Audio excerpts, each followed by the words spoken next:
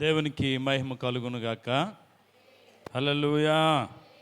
మన ప్రభువును రక్షకుడైన యేసుక్రీస్తు ఘనమైన నామమున కూడి వచ్చిన మీ అందరికీ మొట్టమొదటిగా ప్రత్యేకమైన వందనాలు. అందరు బాగున్నారా? సరిగట్టిగా దేవునికి స్తోత్రం చెబుదాం. హల్లెలూయా. దేవుడు తన మహా ఉచితమైన కృపచేత మనలందరినీ కూడా ఈ వారం దినాలు కాపాడారు.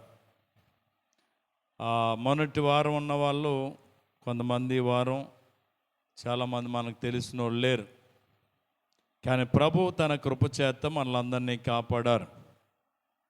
ఏ సమయాన్ని ఏమవుతామో తెలియబడినటువంటి భయంకరమైన దుర్దినాల్లో మనం ఉన్నాం. దేవుడు తన కృపచేత మనల్ని కాపాడుతూ ఉన్నారు.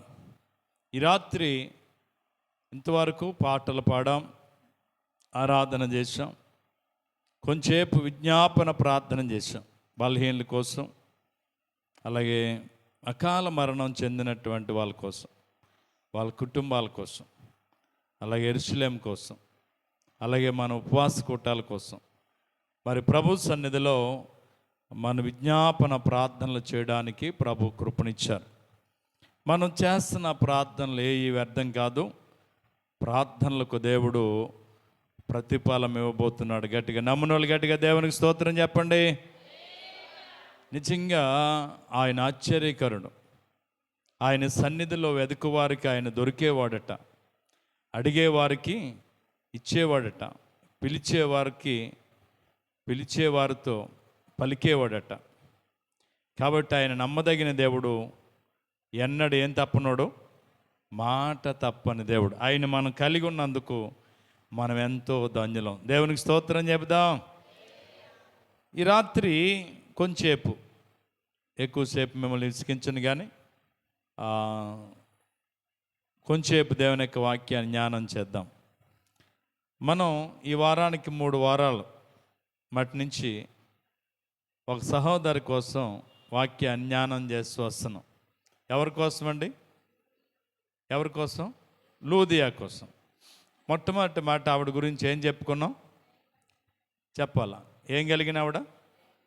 దైవ భక్తి కలిగిన ఆవిడని. రెండవది, ఆవిడ వ్యాపారస్తురాలని. ఏ వ్యాపారం అంటే యోధారంగపొడి. ఎవరు అనుకున్నా? ఆవిడ వ్యాపారస్తురాలు.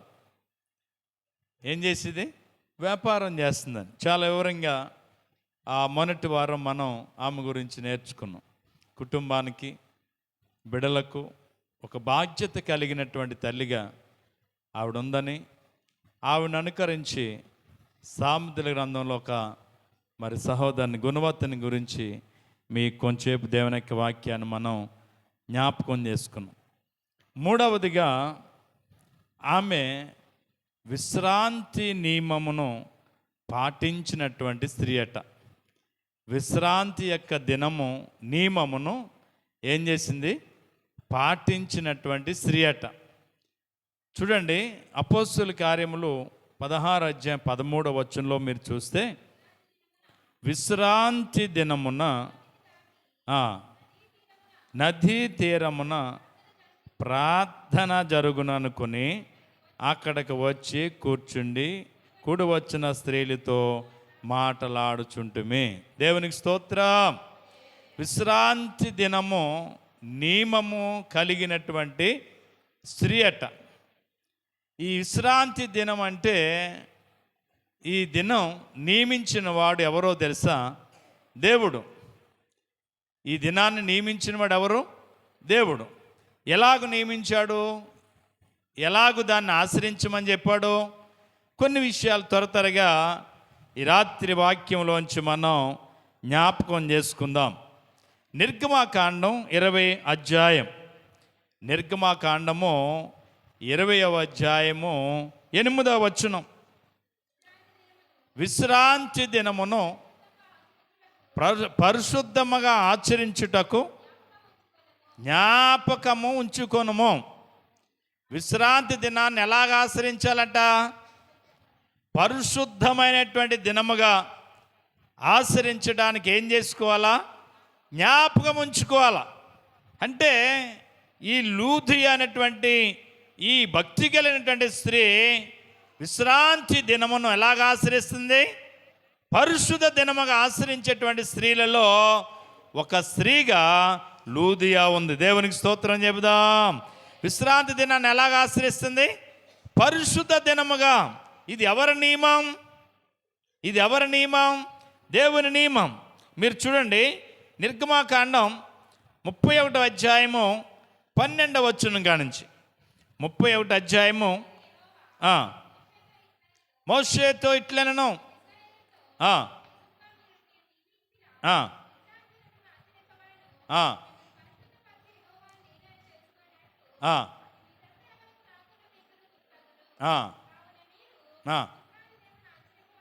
ఆశ్రయింపవలను.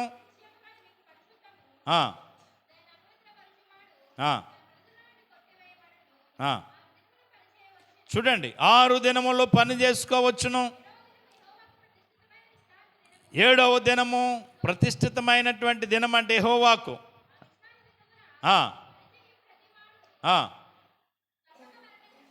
చూడండి, విశ్రాంతి దినమున పని చేయు ప్రతివాడును ఏ శిక్షను అందుతాడు? మరణ శిక్షను అందుతాడు. అంటే ఏం చేయకూడదు అన్నమాట? విశ్రాంతి దినమున పరిశుద్ధ దినముగా ఆచరించాలా. అలాగ ఆచరించకపోతే వాడికి మరణ శిక్ష. 6 దినాలు, వారానికి ఎన్ని రోజులు మనకి? 7 రోజులు. 6 రోజులు మనం ఏం చేసుకోవాలట? పని చేసుకోవాలి. 7వ రోజు విశ్రాంతి దినం. ఆ రోజు ఏ పని చేయకూడదట, ఏ పని చేయకూడదు. అలా ఏ పని అయినా చేస్తే విశ్రాంతి దినాన్ని వాడు ఆచరించకుండా, పరిశుద్ధ దినముగా వాడు కూడుకోకుండా, వాడు ఏదో ఒక పనిలో నిమగ్నం అయిపోయి ఉంటే వాడు దేనికి పాత్రుడట? మరణ శిక్షకు పాత్రుడట. అంటే విశ్రాంతి దినాన్ని వాడు ఎక్కడుండాలా? మందిరంలో ఉండాలా. ఎక్కడ ఉండకూడదు? ఏదో ఒక పనులు ఉండకూడదు, ఏదో ఒక కార్యములో ఉండడానికి కుదరదు. విశ్రాంతి దినము దేవుడు పరిశుద్ధపరిచాడు. ఆ దినము దేవుని సన్నిధిలో ఏం చేయాలంట? ఆరాధనలో మనం ఉండాలి. గట్టిగా దేవునికి స్తోత్రం చెబుదాం. ఆ రోజు పని చేయకూడదు. ఆ రోజు ఎవడైనా పని చేసుకుంటే వాడికి ఏ శిక్ష? మరణ శిక్ష. ఇది ఎవరు చెప్తున్న మాటలో? దేవుడు నియమించినటువంటి నియమం. ఆదికాండం 2వ అధ్యాయం మీరు చూడండి. ఆదికాండం 2వ అధ్యాయం 2వ వచనం చదవరా.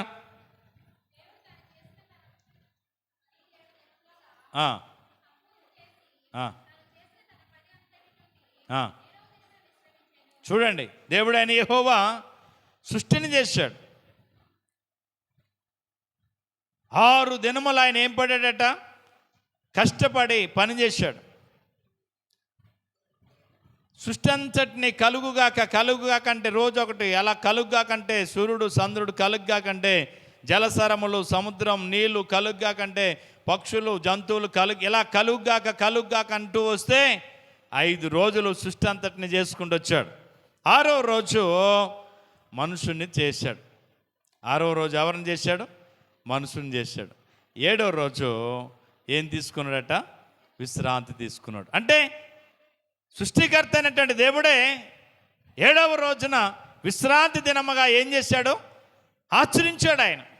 ఆయన ఆచరించి మనకు చెప్పాడు, ఇదిగో మీరు ఇలా చేయండి, 6 దినాలు మీరు కష్టపడండి, 6 దినాలు మీ పనులు మీరు చేసుకోండి, 7వ రోజు అది పరిశుద్ధమైన దినం.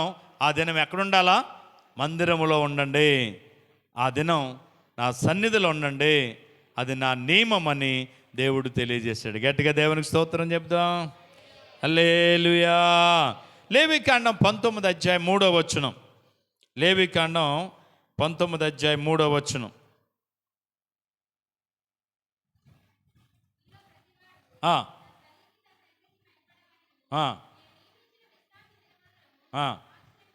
చూడండి, మీలో ప్రతివాడు తల్లికి తండ్రికి ఏం పడాలట? భయపడాలా. అంతేకాదు, నేను నియమించాను ఒక దినం, ఆ విశ్రాంతి దినమును మీరు తప్పకుండా ఏం చేయాలట? ఆచరించాలా. దేవుని ఆరాధించే ప్రతివాడు కూడా దేవుడు సెలవిచ్చేది ఏంటి తెలుసా? తల్లిదండ్రులను గౌరవించాలి. తల్లిదండ్రులకు ఏం పడాలా? భయపడాలట. తల్లికి తండ్రికి ఏం పడాలా? పిల్లలు భయపడాలా.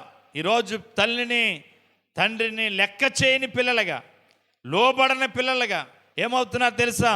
తిరుగులాడుతూ ఉన్నారు పిల్లలు చాలామంది. వాక్యం చెప్తుంది, నీ తల్లికి నువ్వేం పడాలా? తండ్రికి తల్లికి ఏం పడాలా? భయపడాలా. నేను నియమించినటువంటి దినాన్ని ఏమవ్వాలి తెలుసా? తప్పక నువ్వు ఆశ్రయించాల. తప్పక ఆశ్రయించాల. తప్పక నా సన్నిధిలో నువ్వు ఉండాలా. అది పరిశుద్ధమైనటువంటి దినం. ఆ దినాన్ని నువ్వు తప్పకుండా నా సన్నిధిలో నిలవాలని దేవుడే తెలియజేస్తున్నటువంటి ఒక మంచి మాట ఇది. దేవునికి స్తోత్రం చెబుదాం. హల్లెలూయా. కాబట్టి తల్లికి తండ్రికి ఏమవ్వాలంట? విధేయులు అవ్వాలి. అంతేకాదు ఏం పడాలా? వారంటే భయపడాలా. ఇప్పటికి మా అమ్మకి భయపడతాను నేను, ఏమంటుంది అనేసి.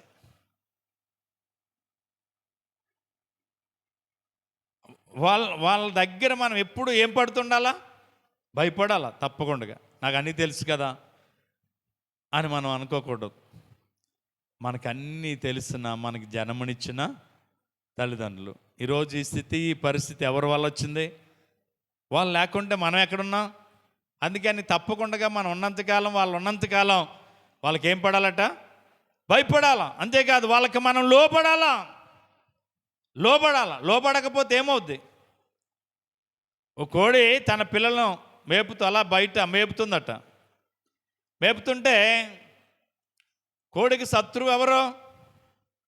గ్రద్దండి. అమాంతంగా వస్తుందట. ఈ గ్రద్దను చూసి తల్లి రెక్కలు చాపి పిల్లల్ని ఎక్కడ పిలుచుకుంటుంది? తన రెక్కల కిందకి పిలుచుకుంటుంది.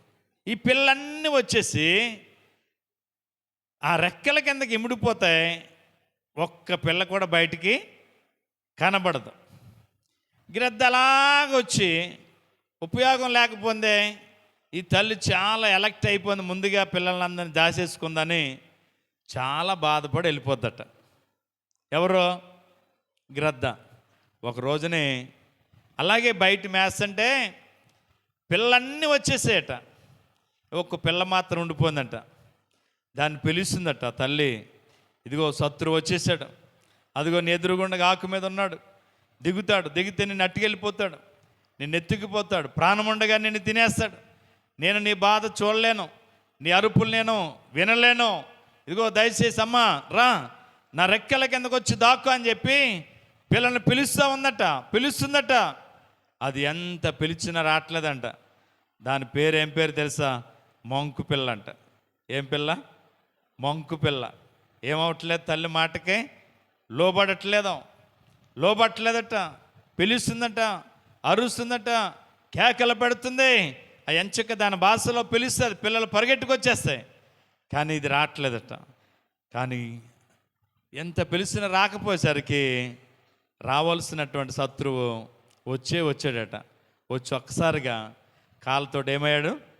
తన్నికి వెళ్ళిపోయాడట. ఆ పిల్లని తన్నికి వెళ్ళిపోయి చెట్టు మీద పెట్టి పీకి మీద అడిగేసి బ్రతుకుండగానే ముట్టుతో పొడిచి దాన్ని తింటుంటే కోడిపిల్ల ఏం చేస్తుంది? చాలా అరుపులు ఎడుతుంది. ఆ సమయంలో నన్ను రక్షించు,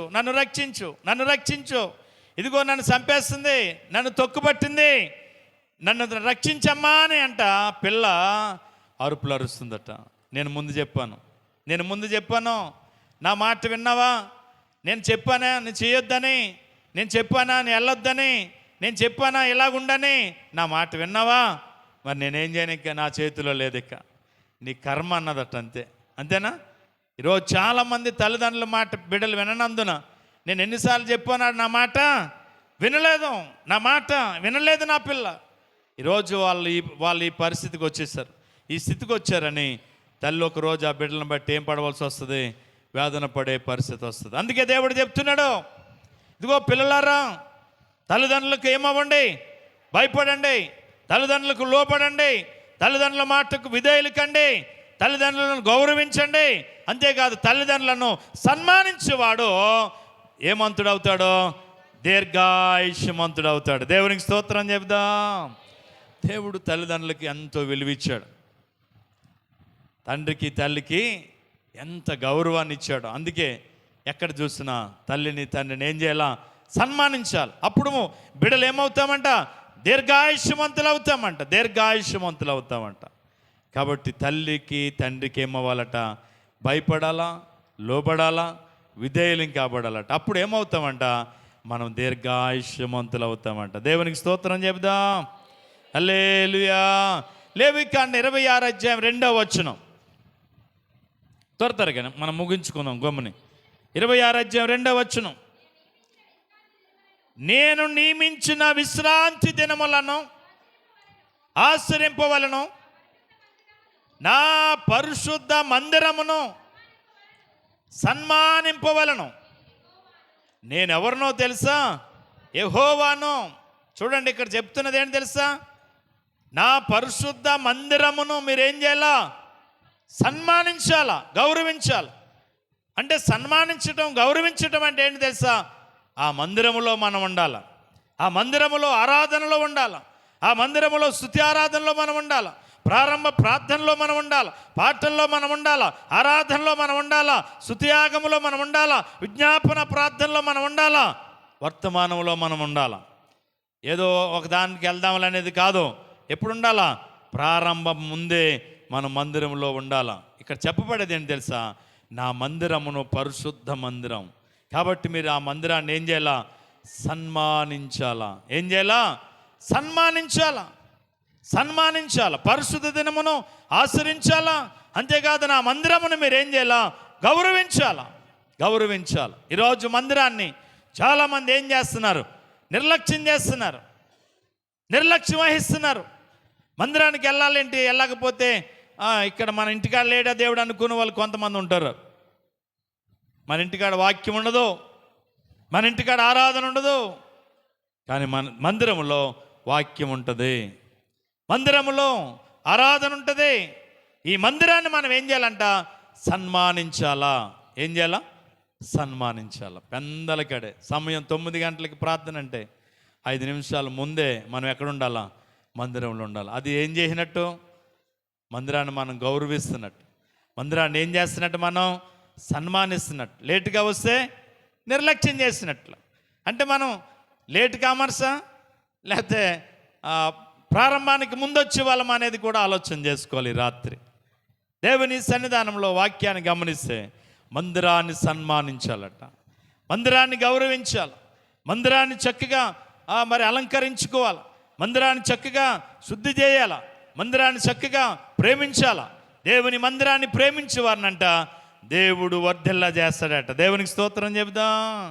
హల్లెలూయా.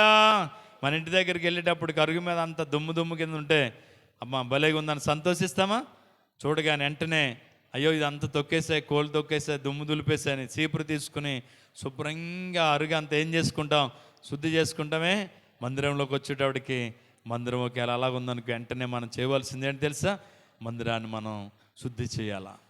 మందిరాల్లో చక్కగా ఏమీ చేయకుండా ఉంటే టక్క తర్వాత పనులు మనం చేయగలగాలి. మందిరాన్ని మనం ప్రేమిస్తే మనం వర్ధిల్లుతాం. దేవుడు మనల్ని ప్రేమిస్తాడు. మందిరం ఎవరిది? దేవుని నిలయం, దేవుడు నివసించే స్థలం, దేవుని సమాజంలో. 82వ కీర్తన 1వ వచనంలో రాయబడ్డది, దేవుని సమాజంలో ఎవరుంటారట? దేవుడు నిలిచే స్థలం. అంటే దేవుడు ఉండే స్థలాన్ని మనం ప్రేమిస్తే మనం ఎవరిని ప్రేమిస్తున్నట్టు? దేవుని ప్రేమిస్తున్నాం, దేవుని ప్రేమిస్తున్నాం. నా ప్రియ సహోదరి సహోదరులారా, దేవుని మందిరాన్ని ఏం చేయాలంటే మనం సన్మానించాలా. ఏం చేయాలా? సన్మానించాలా. ఆ యొక్క విశ్రాంతి దినము నియమమును మనం పాటించాల, పరిశుద్ధ దినముగా ఆచరించాల. ఇది దేవుడు మనకు తెలియజేసేటువంటి ఒక మంచి మాట. యెహెజ్కేలు గ్రంథం 20 అధ్యాయం 12వ వచనం. యెహెజ్కేలు గ్రంథం 20 అధ్యాయం 12వ వచనం.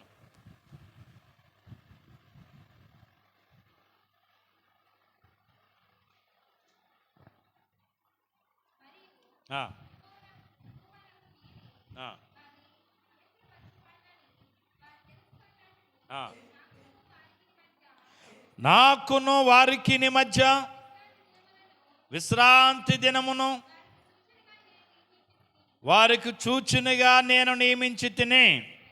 అయితే ఆ, ఆ, ఆ, ఆ.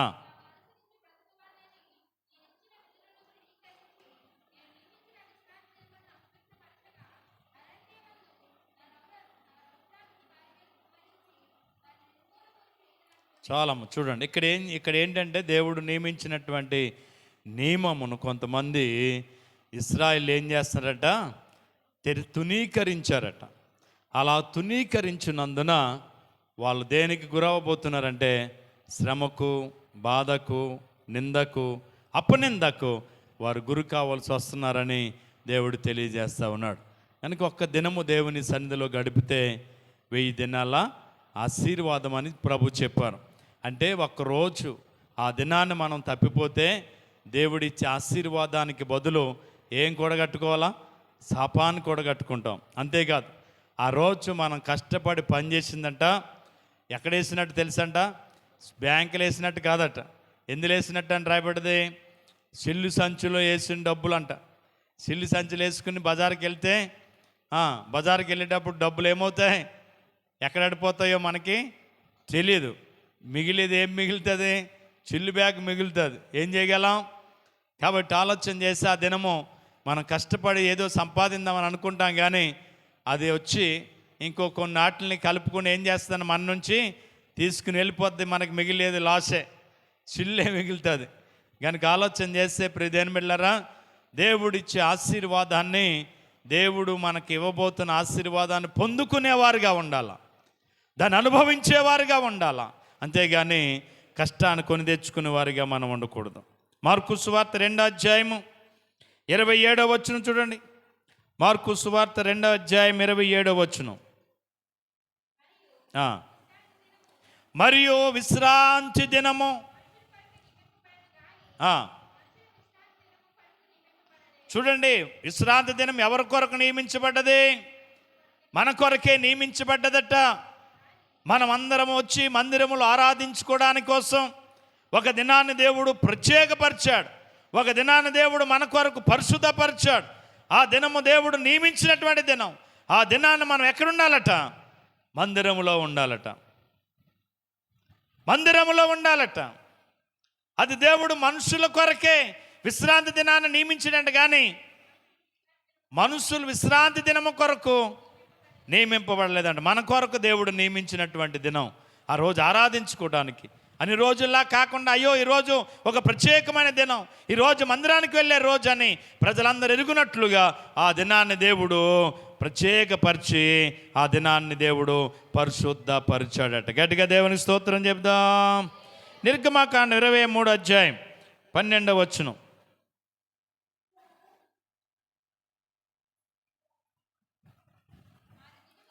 6 దినములు నీవు పనులు చేసి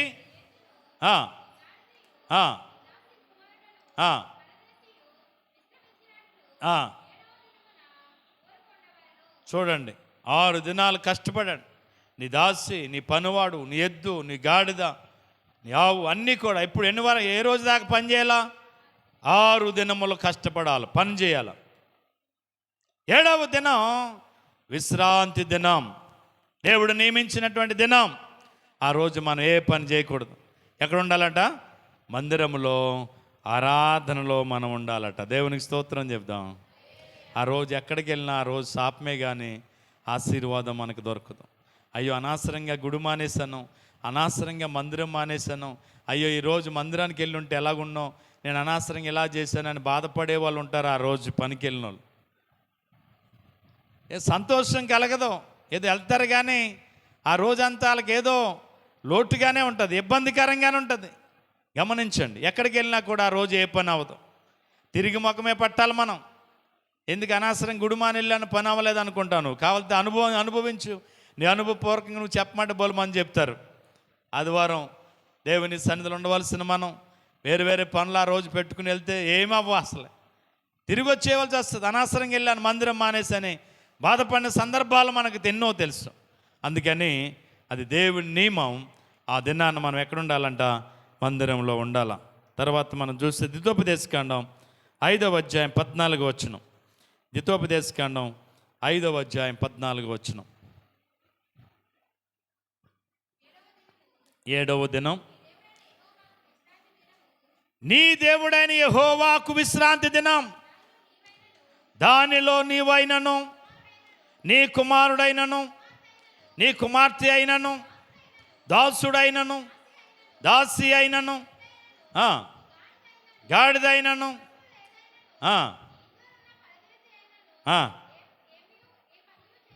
ఏ పని చేయకూడదు.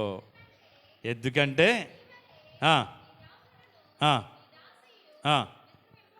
విశ్రమించాలి. అప్పుడు ఏ పని చేయడానికి వెళ్ళలేదు. మొత్తం అందరికీ రెస్ట్ దినం ఏ రోజో తెలుసా? 7వ రోజు. ఆ రోజు అందరూ ఎక్కడ ఉండాలో తెలుసా? రెస్ట్ తీసుకోవాలి. చక్కగా ఎక్కడ ఉండాలా? మందిరంలో ఉండాలి. అది దేవుని నియమము. ఎవరు నియమించారు? ఇది మనం పెట్టుకున్నది కాదు, మనం నియమించుకున్నది కాదు. దేవుడైన యెహోవా మన కొరకు నియమించినటువంటి రోజు. ఎందుకో తెలుసా? ఒక్కరోజు పని మాండండి, ఇవాళ ఎంత బలహీన అయిపోడు చూడండి అంటారు ఒక్కొక్కరిని చూసి. అంటే కంపల్సరిగా వారంలో ఒక రోజు రెస్ట్ తీసుకుంటే 6 రోజులు హ్యాపీగా మనం పని చేయొచ్చట. ఆ రోజు కూడా పని చేస్తే ఆ తర్వాత 6 రోజులు మనం రెస్ట్ తీసుకోవాలట. ఇప్పుడు జరిగేవన్నీ అదే కదా. అందుకని తప్పకుండా మనుషుడు ఒక దినం వారంలో ఒక రోజు ఏం తీసుకోవాలా? రెస్ట్ తీసుకోవాలి. రెండవది, ఒక దినం సంపూర్తిగా ఉపవాసం ఉండాలట. సైన్స్ ప్రకారంగా మీరు చూస్తే వారంలో ఒక్కరోజు ఫుల్గా ఏమీ తినకుండా ఉంటే ఏ విధమైనటువంటి అనారోగ్యాన్ని గురి కాకుండా మిగిలిన అన్ని రోజులు ఆరోగ్యంగా ఉండగలుగుతామంట. దేవునికి స్తోత్రం చెబుదాం. ఆ రోజు కూడా వెళ్తుంటాకి వీల్లేదు మనకి. ఆ రోజు కూడా ఏమైపోతామంటే ఉపవాసం ఉండాలంటే భయపడిపోతాం. కాదు, అందుకే నువ్వు ఆరోగ్యంగా ఉండలేకపోతున్నావు. నువ్వు ఆరోగ్యంగా ఉండాలంటే నీ లోన ఈ జీర్ణాశయం చక్కగా ఆరోగ్యకరంగా పనిచేయాలంటే వారంలో ఒక రోజు ఫుల్గా ఏమి పుచ్చుకోకుండా ఏమై ఉండాలంట? ఫ్రెష్గా ఉండిపోవాలట. అలా ఉండిపోగలిగితే మిగిలిన అన్ని రోజులు ఆరోగ్యకరంగా ఉంటామంట. దేవునికి స్తోత్రం చెబుదాం. వారంలో ఒక రోజు మనం పనులన్నిటిని మానుకొని ప్రభు పనిలో మనం పాలు పొందితే, ప్రభు పనిలో మన పాలిభాగస్థులమైతే, ప్రభు పనిలో మనం ముందుకు సాగగలిగితే మిగిలిన అన్ని రోజులు దేవుని కృపచేత మనం నింపబడతామంట. దేవునికి స్తోత్రం చెబుదాం. మిగిలిన అన్ని రోజులు కృపచేత నింపబడాలంటే ఒక దినము ఎవరి పనిలో మనం పాలుభాగస్థులం అవ్వాలా? మన పనులు కాదు, ప్రభు పనిలో మనం పాలుభాగస్థులం అవ్వాలి. ప్రభు పనిలో మనం చక్కగా పాల్గొనాలి. పాటల్లో, ఆరాధనలో, పరిసరలో, మరి వర్తమానంలో, ఇలాగ సాక్ష్యం ఇచ్చిట్లో ఏదో ఒక పనిలో మనం ఏమవ్వాలంటే పాలిభాగస్థులం అవ్వాలి. ఆ రోజు ఏదో ఒక పని చేయాలంటే మందిరంలో ఏదో ఒక పని చేయాలా. ఏ పని నువ్వు చేయలేకపోతే వెనక కుర్చీలు వరుసగా ఉన్నాయి, వెళ్ళేటప్పుడు కుర్చీ దాంట్లో నన్ను వేసి వెళ్ళిపోవాలి. ఏదో ఒక పని ఆ రోజు మనం ప్రభు పనిలో ఏమవ్వాలా? పాలిభాగస్థులం అవ్వాలా. తుడవటంలో, లేకపోతే పాడటంలో, లేక ప్రార్థించటంలో, లేకపోతే వాక్యం చదవటంలో, లేక సాక్ష్యం చెప్పటంలో, లేక దేవుని నామాన్ని ఘనపరచడం, ఏదో ఒక పనిలో ఆ రోజు మనం ఏమవ్వాలా? పాలిభాగస్థులం కాబడాలా. ఇది ఒక్కరు అన్ని పనులు చేసే పని కాదు. ఇది అందరు అన్ని పనులు చేస్తే ఈ పని బాగా సులువు అవుతుంది. అందుకే మన పిల్లలు అన్ని పనులు చేయడానికి నేను వాళ్ళకి ఫ్రీడమ్ ఇస్తాను. పాడడానికి, ప్రభుని స్తుతించడానికి, ఆరాధన చేయడానికి, అవసరమైతే వాక్యాన్ని కూడా జ్ఞానం చేయడానికి వాళ్ళకి అవకాశం ఇవ్వబడతా ఉంది. ఎందుకో తెలుసా? ఇది ప్రభు పని. ప్రభు పనిలో మనం అందరము పాలుభాగస్థులం అవ్వాలంట. దేవునికి స్తోత్రం చెబుదాం. హల్లెలూయా. అందుకే ఒకరిని పాట పాడమంటాం, ఒకరిని వాక్యం చదవమంటాం, ఒకరిని ప్రార్థన చేయమంటాం, ఒకరిని సాక్ష్యం చెప్పమంటాం. ఇవన్నీ ఎందుకంటే ఈ పనులు అందరూ ఏమవ్వాలా? పాలుభాగస్థులు అవ్వాలి. ఏదో వచ్చాము వెళ్ళిపోయామంటే కాదు. ఏ పని చేయలేదు, పాట పాడలేదు, ప్రార్థన చేయలేదు, వాక్యం చెప్పలేదు, లేక వాక్యం చదవలేదు, సాక్ష్యం చెప్పలేదు, ఏమీ లేదు అనుకో, వెళ్తే సీపురిచ్చుకుని చక్కగా మందిరం ఊడ్చి వెళ్ళిపో. లేదు వెనకాల సైర్స్ ఉన్నాయి వజ్జి పెట్టు, లేకపోతే కార్పెట్లు వేస్తున్నాయి చక్కగా మడత పెట్టు. ఏదో ఒక పని తప్పకుండా ఆదివారం ఆరాధనలో నువ్వు ఏదో ఒక పనిలో నువ్వేమవ్వాలా? పాలు భాగస్తులం కావాలా. అందరూ ఒక పని చేయలేరు. అందరూ ఒక పని చేయగలరా? అందరూ ఒక పని చేయగలరా? అందరూ ఒక్క పని చేయలేరు. ఒకరికి ఒక్కో పనిలో నైపుణ్యత ఉంటుంది. ఒకరు పాడగలరు, వాళ్ళ పాటలే పాడగలరు, వాక్యం చదవలేరు. ఒకరు వాక్యం బాగా చదవగలుగుతారు, ప్రార్థన చేయలేరు. ఇంకొకరు ప్రార్థనే చేస్తారో వాళ్ళు సాక్ష్యం చెప్పలేరు. ఇలాగ ఒక్కొక్కరికి ఒక్కొక్క అవకాశం, ఒక అనుభవం ఉంటుంది. కాబట్టి ఏ పనిలో మనం నైపుణ్యత ఉందో, ఏ పనిలో మనం పాలుభాగస్తులం కాగలమో, ఏ పని మనం సురుగ్గా చేయగలమో ఆ పనుల్లో తప్పకుండా మన వంతు ఆ రోజు పనిలో మనం పాలుభాగస్తులం అవ్వాలి. గట్టిగా దేవునికి స్తోత్రం చెప్దాం.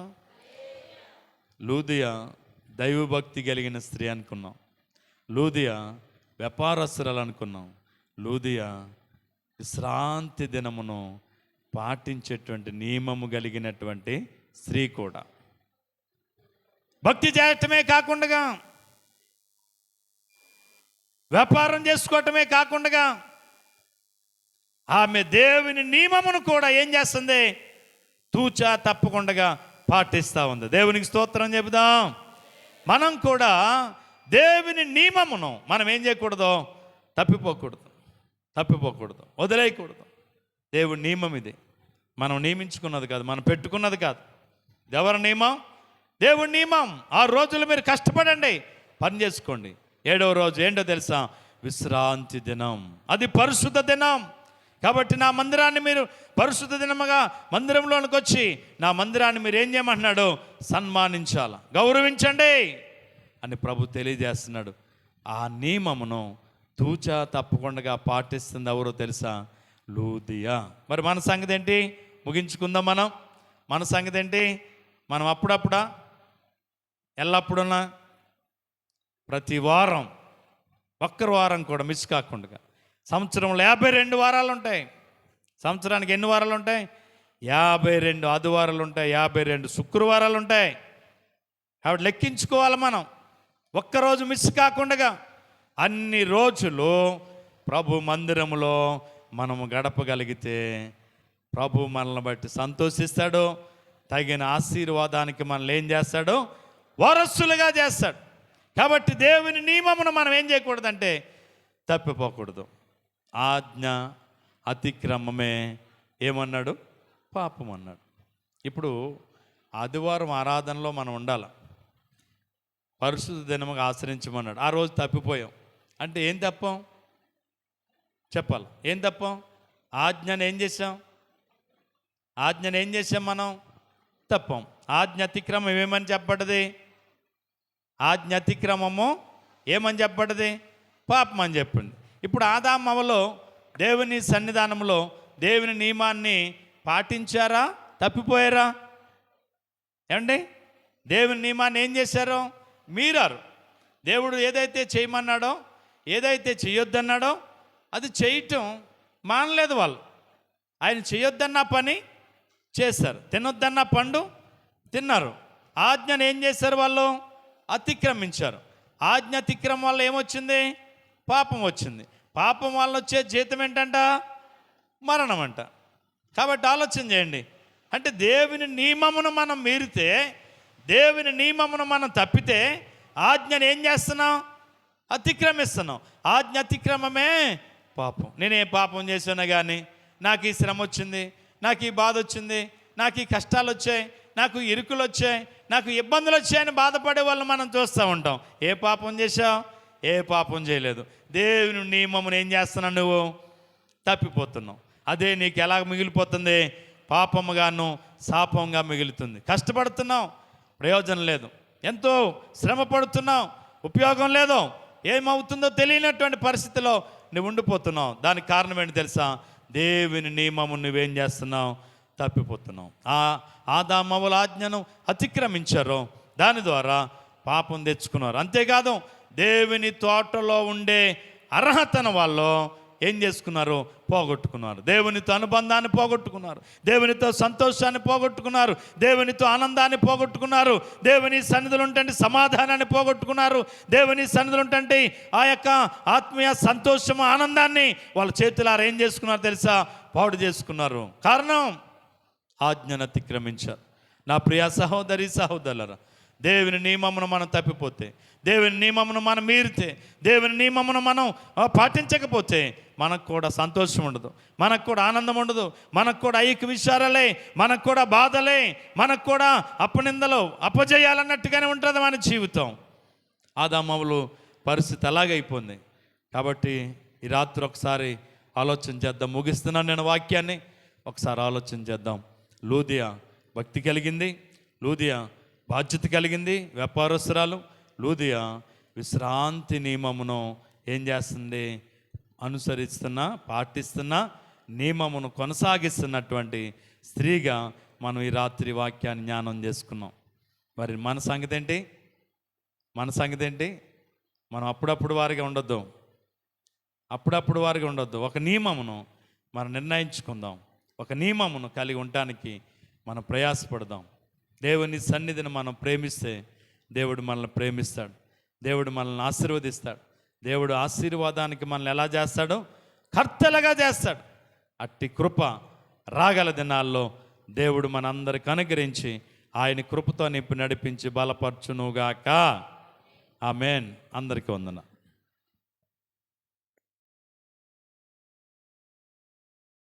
చేద్దాం. అత్యంత మిక్కిలి కృపగలిగిన మా తండ్రి, నీ పరిశుద్ధమైన ఘనమైన ఉన్నతమైన నామానికి వందనాలు. నీ ఉచితమైన మహాకృప చేత, నీ అపారమైన ప్రేమ చేత, ఏ యోగ్యత అర్హత మాకు లేకపోయినా మమ్మల్ని కాచి దాచి కాపాడి భద్రపరిచి ఈ వారం దినాలు మమ్మల్ని సజీవులుగా ఉంచి నీ పాద సన్నిధిలో చేరి ప్రార్థించుకునే ధన్యత మాకు ఇచ్చినందుకు మీకు వందనాలు. ఇంతవరకు పాటల్లో, ప్రార్థనలో, ఆరాధనలో, వాక్య పరిసరలో మీరు మాతో ఉన్నందుకు స్తోత్రం. లూదియాలో ఉన్న అనుభవాలు ఒక్కొక్కటిగా మేము నేర్చుకుంటూ వస్తున్నాం. దైవభక్తి కలిగిన స్త్రీ అని, ఆవిడ వ్యాపారస్తురాలని, ఈరోజు విశ్రాంతి దినము నియమమును కలిగినటువంటి స్త్రీ అని ఈరోజు వాక్యం నేర్చుకోవడానికి మీరు కృపనిచ్చారు. ఆమె ఎలాగైతే విశ్రాంతి దినాన్ని పాటిస్తుందో అలాగే మేము కూడా నీ సన్నిధిలో ఆ దినం పరిశుద్ధ దినముగా ఆచరించాలని, అది నీవు నియమించిన నియమమని, అంతేకాదు మందిరాన్ని సన్మానించాలని, అంతేకాదు విశ్రాంతి దినాన్ని నియమమును పాటించే మేము తల్లిదండ్రులను వారికి భయపడాలని, వారిని గౌరవించాలని, నిన్ను సన్మానించాలని నీ వాక్యం ద్వారా ఇంతవరకు అనేక సంగతులు మాకు బయలుపరచావు. 6 రోజులు మీరు కష్టపడండి, 6 రోజులు మీరు శ్రమపడండి. 7వ రోజు నీవు, నీ దాసి, నీ పనివారు, నీ గొర్రెలు, నీ ఎడ్లు, నీ ఒంటెలు, నీ గాడిదలు అన్నీ కూడా మరి విశ్రాంతి తీసుకోవాలని నువ్వు నాయన ఎంతో తేటగా మాతో మాట్లాడావు. నాయన అలాగూ మేము చేసిన రోజున ఆ దినము మాకు 1000 దినాల కంటే మరి శ్రేష్టమని, ఆశీర్వాదమని నువ్వు సెలవిచ్చావు గనుక నీ మాటకు విధేయులం కాబడి, నీ వాక్యానికి లోబడి మేము ముందుకు నడుచున్నట్లు కృప దయచేయండి. కూడి వచ్చిన చిన్నబిడ మొదలుకొని పెద్దవారి వరకు మీ దేవుళ్ళతో నింపండి ప్రభు. నీకు స్తోత్రాలు. బలహీనలను బలపరచండి, రోగులను బాగు చేయండి, అద్భుతాలు ఆశ్చర్యమైన కార్యాలు జరిగించండి. ఇదిగో ప్రభా నీ కొందనాలు. కృష్ణవేళ అక్కగారు అమ్మాయి రేపటి దిన వివాహము తండ్రి, వాతావరణం కొరకు ప్రార్థన సహాయం కోరారు. ఆయన దయచేసి రేపు వాతావరణం అనుకూలపరిచి వివాహ కార్యం ఎంతో ఘనముగా జరుగునట్లు కృప దయచేయమని ప్రార్థన చేస్తున్నాను. దేవగారి కంఠంలో గొంతుకు రొంప పట్టిందంటే ప్రభా ఆ కంఠం సరిచేయండి, చక్కని ఆరోగ్యం ఇచ్చి నీ సాక్షిగా వాడుకోండి. గో సత్యవతి గారి కన్నయ్య గారు కాలమరణం చెందారు కాబట్టి వారి కుటుంబాల్లో ఎంతో వేదన దుఃఖముంది. తోబుట్టులో అలాగే తాను విడిచిన భార్య బిడ్డల్లో ప్రభా మీరే ఆదరించి బలపరచమని ప్రార్థిస్తున్నాను. అలాగే ప్రభా ఈ రాత్రి కూడి వచ్చిన చిన్నబిడ్డ మొదలుకొని పెద్దవారి వరకు మీ దేవునితో నింపండి. అయా బలహీనులుంటే బలపరచండి. చాలామంది బిడ్డలు రాలేకపోయారు. వారు బలహీనులైతే బలపరిచి, రోగులైతే స్వస్థపరిచి, సమస్యలుంటే విడుదల కలిగించి, నిర్లక్ష్యం ఉంటే ఆసక్తి ఇచ్చి, నీ కొరకు కడవరి దినాల్లో బలమైన సాక్షులుగా, సాధనాలుగా ప్రతి ఒక్కరు వాడబడ్డానికి కృపనివ్వండి, మేలు చేయండి. ఈ రాత్రి కూడి వచ్చిన చిన్న బిడ్డ మొదలుకొని పెద్దవారి వరకు మీ దేవునితో నింపమని ప్రార్థన చేస్తున్నాను. బిడ్డలు తీసుకొచ్చిన కానుకలు కూడా దీవించి రెట్టింపు ఆశీర్వాదాలు బిడ్డలకిచ్చి రాగల దినాల్లో నీ మహిమ కొరకు వాడుకోండి. మళ్ళా తిరిగి మా గృహాలకు వెళ్తున్నాం. నిరాకడ ఆలస్యమైతే మళ్ళా తిరిగి ఆదివారం ఉదయకాలపు ఆరాధనలో మేమంతా పాల్గొని, ఈరోజు రాలేకపోయిన వారు మేమందరము కలిసి నేను స్తుతించే భాగ్యం ఇచ్చి నీ నామాన్ని మహిమ తెచ్చుకోమని, ఘనత మహిమ ప్రభావాలు మీరే పొందమని యేసయ్య శక్తి గల నామమున ప్రార్థించి స్తుతించి అడిగి వేడుకొనుచున్నాం పరమ తండ్రి. ఇప్పుడు మన తండ్రి అయిన దేవుని యొక్క ప్రేమయు, కుమారుడైన యేసు క్రీస్తు వారి యొక్క కృపయు, పరిశుద్ధాత్మ యొక్క సహవాసము, సమాధానం మనకును మన కుటుంబాలకును సంఘానికి గ్రామానికి ప్రభువు కృప నిత్యము తోడై నడిపించునుగాక. ఆయన సన్నిధి కాంతి మన మీద, మన బిడల మీద, సంఘం మీద, గ్రామం మీద నిత్యము నిలుచునుగాక. యేసు రక్తమేచ్ఛ, సిలువ రక్తమేచ్ఛ, ప్రవేశ రక్తం సంపూర్ణ విషయం, అపవాదికి ఎలిగనంత నాశనము కలుగునుగాక. Amen, amen, amen. అందరికి వందనాలు.